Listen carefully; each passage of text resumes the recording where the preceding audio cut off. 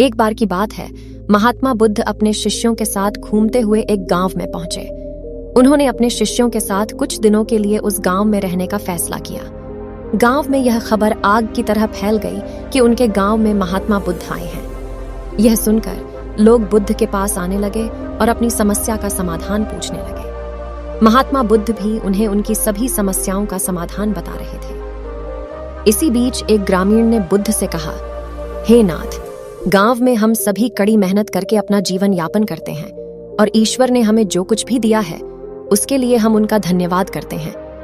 लेकिन हमारे गांव में एक शख्स ऐसा भी है जो कोई काम नहीं करता और हर समय अपनी गरीबी के लिए भगवान को दोष देता रहता है। वह हमेशा ईश्वर को कोसता और गाली देता रहता है। हम उसे रोकने की कोशिश करते हैं तो वह हमें भी गालियां देने लगता है। हमें समझ नहीं आ रहा है कि क्या करें।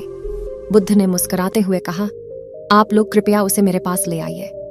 यह सुनकर एक ग्रामीण ने कहा, हे प्रभु, वह व्यक्ति बहुत असभ्य है। वह आपको भी गाली दे सकता है और हम उसे आपका अपमान करते हुए नहीं देख सकते, इसलिए उसे यहाँ बुलाना उचित नहीं है। महात्मा बुद्ध मुस्कुराए और बोले, चिंता मत करो, तुम उसे यहाँ ले आओ। उससे कहो कि मैं उसकी समस्या का समाधान कर सकता हूँ। बुद्ध की बात सुनकर गांव के कुछ लोग उसे लेने गए। पहले तो उस व्यक्ति ने महात्मा बुद्ध के पास जाने से मना कर दिया और कहा, ये सब साधु पाखंडी हैं, ये सब फर्जी हैं, मैं किसी के पास नहीं जाऊंगा। लेकिन जब कुछ गांव वालों ने उससे कहा कि वह साधु तुम्हारी समस्या का समाधान कर सकता है, तो वह मान गया। बुद्ध के पास जाने पर वह व्यक्ति उन्हें घूरता हुआ बोला, बताओ क्या बात है, तुमने मुझे यहाँ क्यों बुलाया है? तुम मुझसे क्या कहना चाहते हो?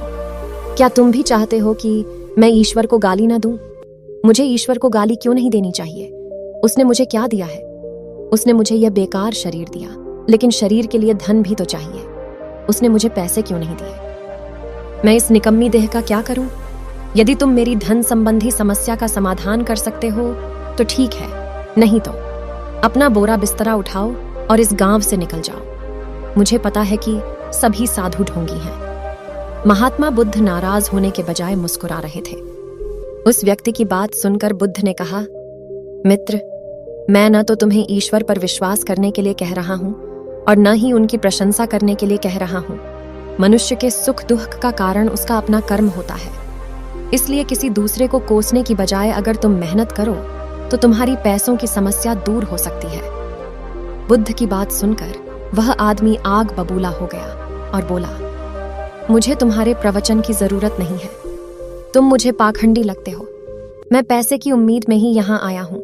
तुम मेरी पैसे की समस्या को हल कर सकते हो तो करो, अन्यथा यहाँ से चले जाओ। महात्मा बुद्ध ने देखा कि यह व्यक्ति ऐसे नहीं समझने वाला है, तो उन्होंने उस व्यक्ति से कहा, देखो मित्र, मेरे पास न तो धन है और न ही मुझे किसी धन की आवश्यकता है, लेकिन हाँ, मैं एक राजा को जानता हूँ। मैं उससे तुम्हें पैसे दिलवा सकता हूँ, लेकिन बदले में तुम्हें उस राजा को भी कुछ देना होगा। उस आदमी ने कहा, मैं राजा को क्या दूंगा? मेरे पास उसे देने के लिए कुछ नहीं है। तब बुद्ध ने कहा, राजा का एक बेटा है जो जन्म से अंधा है। राजा के वैद्य ने कहा है कि यदि उन्हें किसी जीवित व्यक्ति की आंखें मिल जाएं, तो वे राजा के पुत्र की आंखों को ठीक कर सकते हैं। यदि तुम अपनी दोनों आंखें राजा के पुत्र को दे दो तो राजा तुम्हें तुम्हारे वजन के बराबर सोने के सिक्के देगा और फिर तुम बाद में इनके साथ अपना जीवन अच्छे से व्यतीत कर सकते हो। वह व्यक्ति गुस्से में बोला, यह क्या कह रहे हो? मुझे अपनी आंखें देनी होंगी?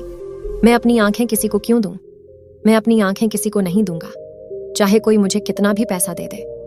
बुद्ध ने कहा, लेकिन बदले में तुम्हें बहुत सारा धन मिल रहा है, क्या तुम्हें पैसे नहीं चाहिए? उस आदमी ने कहा, हाँ, मुझे पैसों की जरूरत है, लेकिन इसका मतलब यह नहीं है कि मैं पैसों के लिए अपनी आंखें बेच दूं। अगर मेरी आंखें ही नहीं होंगी तो मैं पैसे का क्या करूंगा? महात्मा बोले, ठीक है, दोनों आंखें नहीं दो, कम से कम अपनी एक ही आंख दे दो, फिर भी मैं तुम्हारे वजन के बराबर सोने के सिक्के राजा से दिलवा सकता हूं।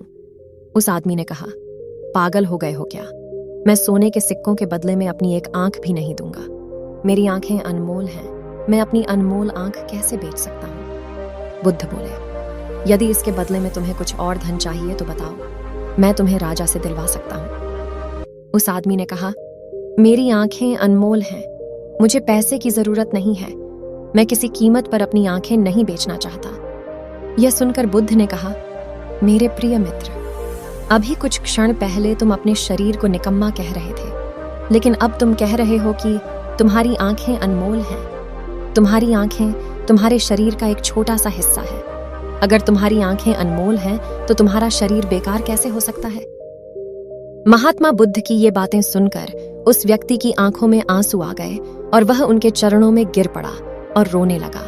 बुद्ध ने उसे उठाया और कहा, मित्र, प्रकृति ने हमें यह अनमोल शरीर दिया है, लेकिन अधिकांश लोग इसे अनदेखा करते हैं और अपने आप को कोसते रहते हैं। अभी कुछ क्षण पहले तुम सोच रहे थे कि तुम्हारा शरीर बेकार है, लेकिन अब तुम इसे अनमोल समझ रहे हैं। वास्तव में मनुष्य को जो कुछ भी मुफ्त में मिलता है, वह उसकी कीमत नहीं समझता। इसलिए हमें प्रकृति का आभारी होना चाहिए कि उसने हमें यह अनमोल शरीर दिया है, जो सभी जीवों में सर्वश्रेष्ठ है। अक्सर हम अपने जीवन में देखते हैं कि लोग अपनी जिंदगी से निराश हो जाते हैं और खुद को बेकार समझने लगते हैं, लेकिन वे यह भूल जाते हैं कि यह मानव शरीर और यह जीवन प्रकृति की एक अनमोल देन है। मानव शरीर प्रकृति की सर्वश्रेष्ठ रचना है, क्योंकि केवल मनुष्य को ही अच्छे या बुरे कर्म करने की स्वतंत्रता है। सिर्फ इंसान का दिमाग ही तय कर सकता है कि क्या सही है और क्या गलत। पशु या पक्षी को ऐसी स्वतंत्रता नहीं है। इसलिए इतना अमूल्य मानव जीवन पाकर हमें उस परम शक्ति का सदैव धन्यवाद करना चाहिए, जिसने हमें यह जीवन दिया। अगर आप खुश रहना चाहते हैं, तो हमेशा उन चीजों के बारे में सोचें जो आपके पास हैं, उन चीजों के बारे में न सोचें जो आपके पास नहीं हैं।